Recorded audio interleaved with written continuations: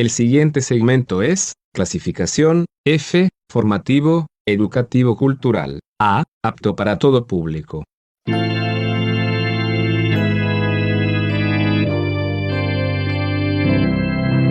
Bienvenido a Hora de Estudio Bíblico con nuestro maestro el Dr.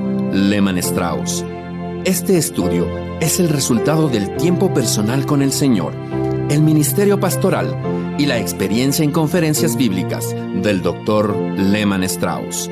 Él nos instruye y alienta con la enseñanza de la palabra de Dios. Ahora, el Dr. Strauss.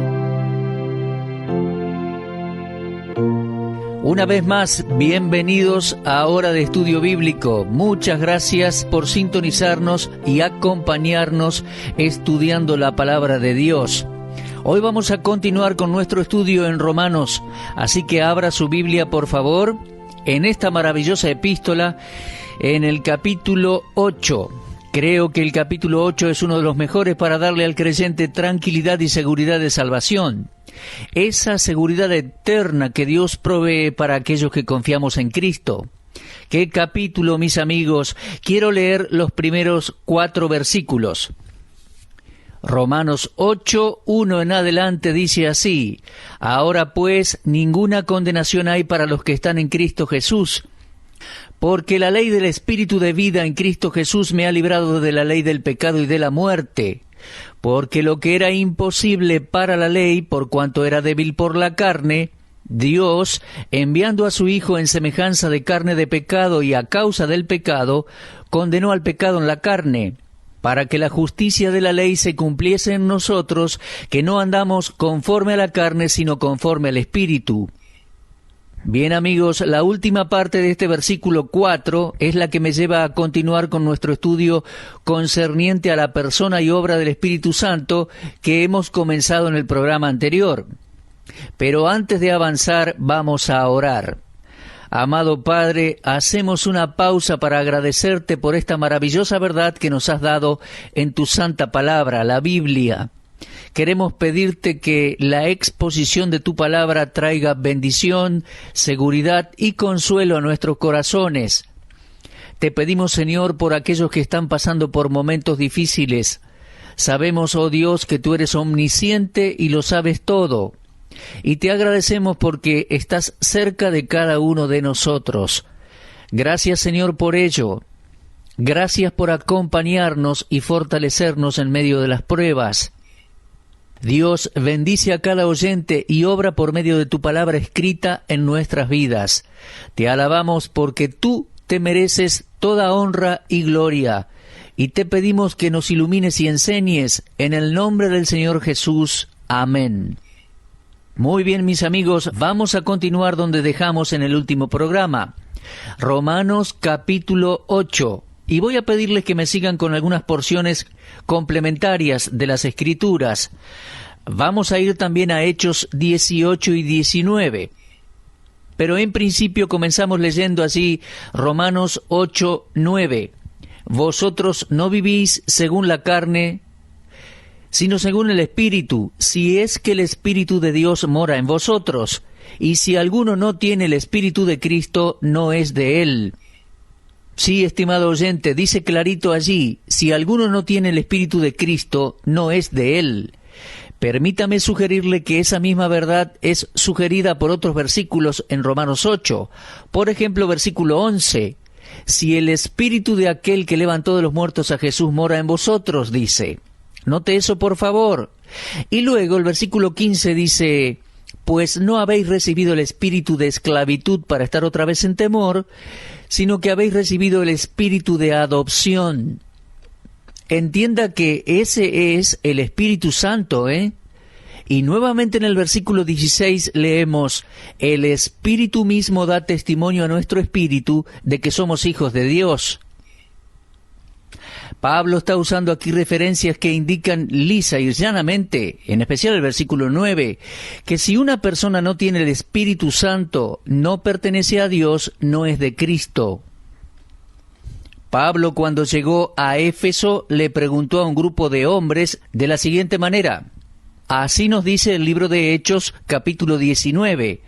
Aconteció que entre tanto que Apolos estaba en Corinto, Pablo, después de recorrer las regiones superiores, vino a Éfeso y hallando a ciertos discípulos les dijo: ¿recibisteis el Espíritu Santo cuando creísteis? Pablo sencillamente les preguntó: ¿recibieron el Espíritu Santo al creer? Mis amigos, estoy convencido de que estos hombres no eran creyentes. Eran sí discípulos judíos que habían escuchado a Apolos y habían creído hasta el bautismo de Juan el Bautista, pues Apolos era un creyente que solo sabía en cuanto al bautismo de Juan. Tanto estos hombres como Apolos estaban limitados en su conocimiento del camino de Dios, de la palabra de Dios. Pero ahora usted me dirá: ¿y usted cómo sabe eso? Bueno, sencillamente lo leemos en Hechos 18:25. Dice de Apolos: este había sido instruido en el camino del Señor, y siendo de espíritu fervoroso, hablaba y enseñaba diligentemente lo concerniente al Señor, aunque solamente conocía el bautismo de Juan. Fíjese por favor en Hechos 18:25, ese solamente conocía el bautismo de Juan. Y después leemos en el versículo 26, comenzó a hablar con denuedo en la sinagoga, pero cuando le oyeron Priscila y Aquila, le tomaron aparte y le expusieron más exactamente el camino de Dios. Muy bien, ¿qué vemos en estos dos versículos? Que Apolos tenía un conocimiento limitado. Él solo sabía del bautismo de Juan, y además observamos la capacidad de discernimiento de Priscila y Aquila. Ellos lo tomaron a un lado y lo instruyeron en la verdad de la palabra de Dios. Ahora bien, tiempo después, cuando Pablo llegó, se encontró con los discípulos de este hombre llamado Apolos y les preguntó: ¿recibisteis el Espíritu Santo cuando creísteis? Tengamos cuidado, hay un creer que es para salvación y hay un creer que no lo es. Y Pablo se detuvo para averiguar si estos hombres solo eran discípulos de Apolos y no discípulos de Cristo. Eran seguidores de Apolos, no habían nacido de nuevo. La regeneración, mis amigos, es obra del Espíritu Santo. El Señor Jesús dijo: de cierto les digo, que el que no naciere de nuevo no puede ver el reino de Dios. Y la epístola de Pablo a Tito, capítulo 3, versículo 5, dice: nos salvó no por obras de justicia que nosotros hubiéramos hecho, sino por su misericordia, por el lavamiento de la regeneración y por la renovación en el Espíritu Santo. Y Pablo dice en Romanos 5:5, a todos los que fueron regenerados, a los ya justificados, les dice así: el Espíritu Santo que nos fue dado. Ahora, mi amigo, responda esta pregunta usted mismo. ¿Posee usted el Espíritu Santo? ¿Ha recibido el Espíritu Santo? Si lo tiene, entonces ha nacido de nuevo. Si no ha recibido el Espíritu Santo, entonces nunca ha nacido de nuevo. Porque definidamente Romanos 8:9 dice: si alguno no tiene el Espíritu de Cristo, no es de él. Eso es lo primero que quiero que veamos. En segundo lugar, hay que aceptar el hecho de que el cuerpo, nuestro cuerpo, le pertenece a Dios. Sí, mi amigo, su cuerpo le pertenece a Dios, quien mora dentro suyo por medio del Espíritu Santo. Ahora, ya respondió la pregunta número 1. Espero, ¿no? ¿Recibió el Espíritu Santo? ¿Es nacido del Espíritu?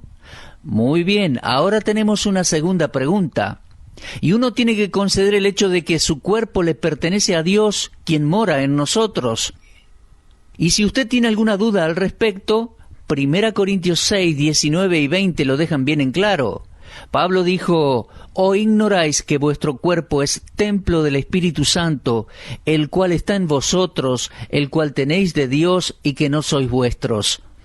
Porque habéis sido comprados por precio, glorificad pues a Dios en vuestro cuerpo y en vuestro espíritu, los cuales son de Dios. Mis amigos, en Corinto había templos paganos de todo tipo, uno para cada deidad, dioses falsos. Así que los corintios entenderían la terminología de Pablo. La concepción que el hombre tiene de Dios es que Dios mora en templos o en catedrales.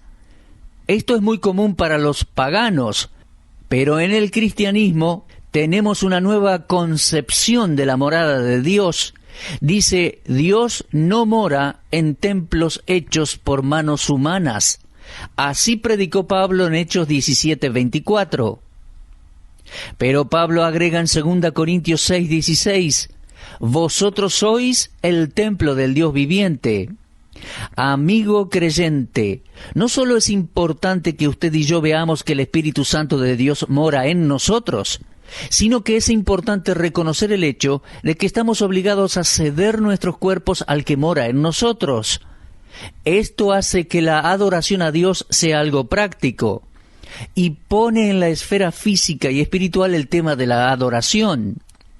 Esto hace que la adoración sea algo del corazón. El saber que el Espíritu Santo mora dentro de uno, eso hace que el cuerpo pase a ser un templo real donde mora Dios. Nosotros, en respuesta a esto, le damos el cuerpo en el cual Él mora. Ahora, este es un principio muy importante para ver allí en Romanos capítulo 8. Avanzando, quiero que veamos el versículo 5. Sí, Romanos 8:5 dice, porque los que son de la carne piensan en las cosas de la carne, pero los que son del Espíritu en las cosas del Espíritu.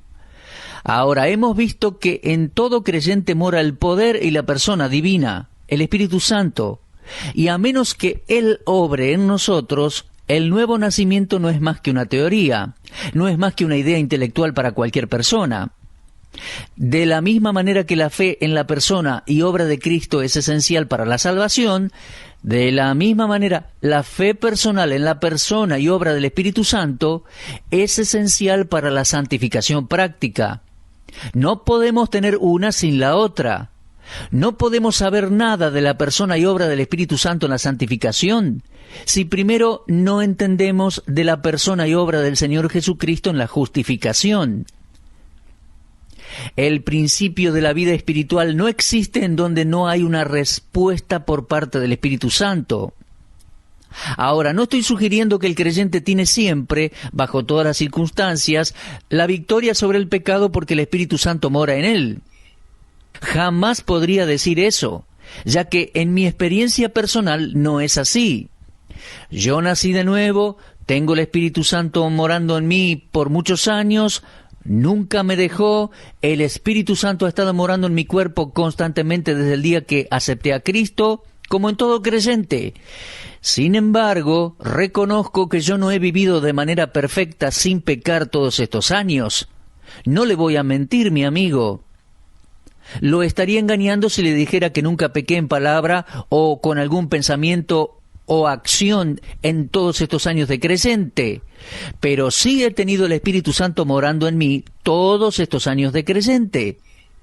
Ahora bien, su morada, es decir, su presencia en mí, siempre me ha hecho consciente de lo que estaba mal. Y su presencia personal en mí siempre mantuvo el deseo de hacer lo bueno. A veces nos alejamos temporariamente de las mejores condiciones de vida espiritual que Él ofrece, tal como un pez que puede salir un poquito del agua o un ave que puede precipitarse al agua, pero ambos sobreviven porque regresan a su hábitat. El permanecer en el aire implicaría muerte al pez y permanecer en el agua o bajo el agua sería la muerte para el ave.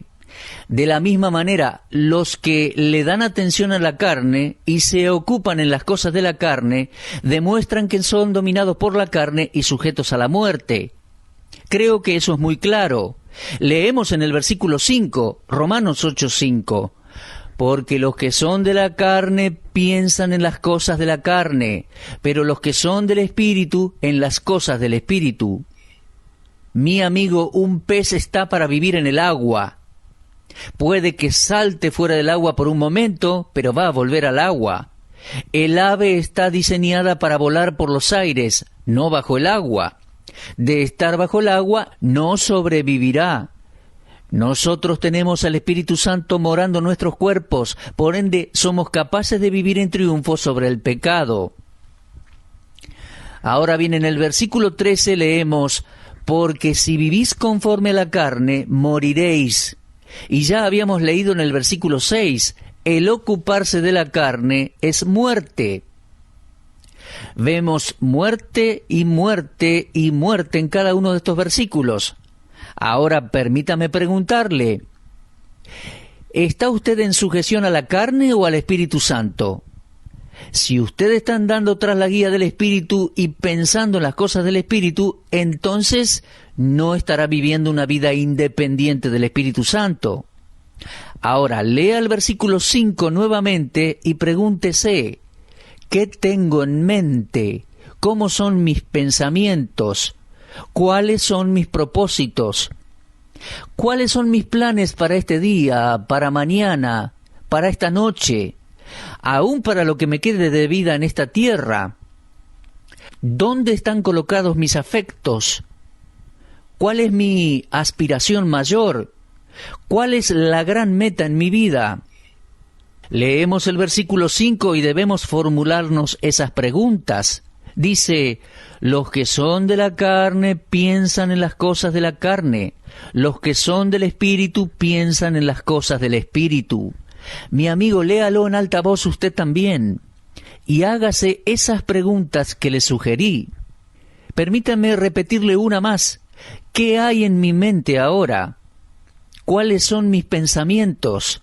¿Cuáles son mis propósitos? ¿Cuáles son mis planes para hoy? ¿Qué planes tengo para el resto de mi vida? ¿Cuál es la meta que procuro? Ahora bien, no estoy hablando de pequeños detalles, dónde estará mañana o qué estará haciendo precisamente, sino que me refiero a las prioridades, a lo que le damos valor en el diario vivir.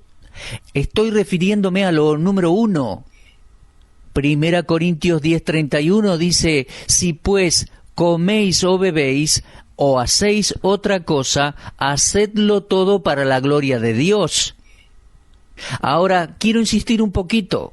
Responda a las preguntas a la luz de 1 Corintios 10:31.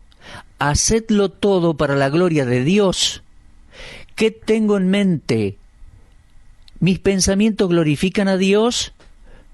¿Cuáles son mis propósitos? ¿Glorifican a Dios? ¿Cuáles son mis planes en la mañana? ¿Glorifican a Dios? ¿Dónde tengo mis afectos? ¿Glorifican a Dios? ¿Cuál es la meta de mi vida? ¿Glorifico a Dios? ¿Puede responder positivamente de esa manera? Son preguntas cuya respuesta va a revelar en su interior su relación y mi relación con el Espíritu Santo, ya que ese versículo 5 dice, los que son de la carne piensan en las cosas de la carne, los que son del Espíritu en las cosas del Espíritu. Ahora, el versículo 6 dice, porque el ocuparse de la carne es muerte, pero el ocuparse del Espíritu es vida y paz. El estado de mente carnal se revela a sí mismo en el deseo por las cosas carnales, y la búsqueda de estas cosas va a llevar al individuo a la destrucción. Eso es, a la separación de Dios, y va a traer incluso sus consecuencias físicas. La separación eterna de Dios es la muerte segunda mencionada en Apocalipsis 20, versículos 6 y 14. Entonces, permanecer solamente en la gratificación de la carne solo va a resultar en la separación de Dios, muerte. Ahora, la razón de esto la vemos, y es dada allí en el versículo 7 de Romanos 8, porque dice allí, por cuanto los designios de la carne son enemistad contra Dios. En otras palabras, la mente carnal es enemistad con Dios o contra Dios. El rehusarse a reconocer lo que Dios dice y someterse a Él prueba que la mente carnal está en antagonismo con Dios. Se rehúsa a someterse a Dios y a ser controlado por su ley, por su palabra. Esa ley es la ley del Espíritu del versículo 2. Entonces, el oponerse a esa ley es oponerse al Espíritu Santo. Leemos allí en esos versículos la frase, ni tampoco pueden. Y eso significa que la mente carnal, por su propia naturaleza, no tiene la habilidad de cambiar. Leemos en 1 Corintios 2:14, el hombre natural no percibe las cosas que son del Espíritu de Dios, porque para él son locura, y no las puede entender porque se han de discernir espiritualmente. Por supuesto, aquí se trata del hombre natural, que no es salvo, que nunca ha nacido de nuevo. Puede que esa persona diga ser cristiano, puede que sea un miembro activo de alguna iglesia, pero su enemistad contra Dios prueba que sus pensamientos son comandados por Satanás. Por ende, llega a la muerte. Eso es lo que leemos en estos versículos. Se da cuenta, la mente carnal es enemistad con Dios y es muerte. El ocuparse de la carne es muerte. Por eso lo voy a decir de nuevo. Usted puede ser miembro de alguna iglesia u organización, puede decir que es cristiano, pero si está luchando contra Dios, rebelándose constantemente contra Dios, eso deja evidenciado que sus pensamientos están comandados por Satanás y según versículo 6 va a la muerte. No hay lugar en el cielo para personas así, su fin es la destrucción. Ahora bien, por otro lado, están aquellos que andan en el Espíritu y que se ocupan en las cosas del Espíritu. Estas son personas espirituales, y dice el versículo 6, el ocuparse de la carne es muerte, pero el ocuparse del Espíritu es vida y paz. ¿Y cuál es la persona que se ocupa del Espíritu? Bueno, una persona que se ocupa del Espíritu Santo es aquella persona cuya mente está controlada por el Espíritu Santo, es guiada por el Espíritu Santo y va hacia las cosas del Espíritu Santo. Esas personas, esos creyentes, se deleitan en ejercitar su mente y su corazón en oración y en la palabra de Dios. Ese es el hombre espiritual. Ya no vive para sí mismo, porque el que es espiritual conoce la mente de Dios. Eso quiere decir que tiene la mente de Cristo, como leemos en 1 Corintios 2, versículos 15 y 16. Mis amigos, el verdadero creyente experimenta un cambio completo en la vida. Ahora, es verdad, debo volver a aclararlo, que el principio de pecado sigue siendo parte del creyente, pero hemos cedido a un principio mucho más alto, mucho más sublime, la intervención del Espíritu Santo en nuestras vidas. El Espíritu Santo es el agente poderoso de la santificación. Al reconocer su presencia morando en nosotros y cediendo nuestra mente y nuestro cuerpo diariamente a Él, tendremos deseos espirituales. El hombre espiritual es como el buen árbol que da buenos frutos, y ese fruto se describe en la Biblia, en Gálatas 5, 22 y 23, como el fruto del Espíritu. Ahora bien, permítame preguntarle algo.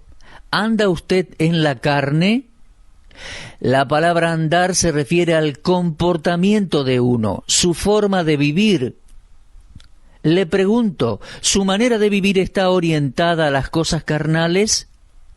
Me temo que los que andan en la carne son una gran mayoría de las personas con las que me encuentro en esta vida.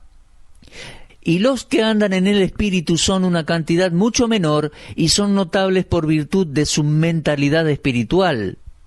De hecho, los que andan en el Espíritu son una paradoja para el resto del mundo. Leemos, ocuparse en el Espíritu es vida y paz. Y estas son dos cosas que los que andan en la carne no conocen. Fíjese por favor en la persona espiritual. No solo posee vida, sino que tiene una paz que se le nota. Al ser guiado por el Espíritu, nada que sucede lo turba o le quita esa paz. El mundo a su alrededor estará lleno de odio y dudas, pero éste anda en el Espíritu, calmo, manteniendo el equilibrio mental y emocional. El secreto de su salud espiritual es el Espíritu Santo. Y mis amigos, qué importante es depender de Él, poner de nuestro pensamiento, nuestras emociones y nuestra voluntad a su servicio.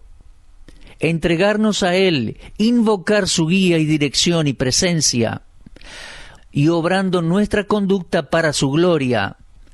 Bueno, mis amigos, debemos hacer una pausa aquí. Por favor, siga en casa, repasando la lectura de Romanos capítulo 8. En nuestro programa se nos terminó el tiempo. Vamos a continuar, si Dios quiere, con nuestro estudio de Romanos 8 en nuestro próximo programa. Gracias por habernos acompañado y será hasta entonces, si Dios quiere. Usted estuvo escuchando Hora de Estudio Bíblico con el maestro el doctor Lehman Strauss. Si desea escuchar una vez más este mensaje, visite nuestra página en la internet www.bbnradio.org. Le dejamos la invitación para que el día de mañana nos acompañe aquí, en este mismo horario y punto del dial. Hora de Estudio Bíblico es una producción de BBN.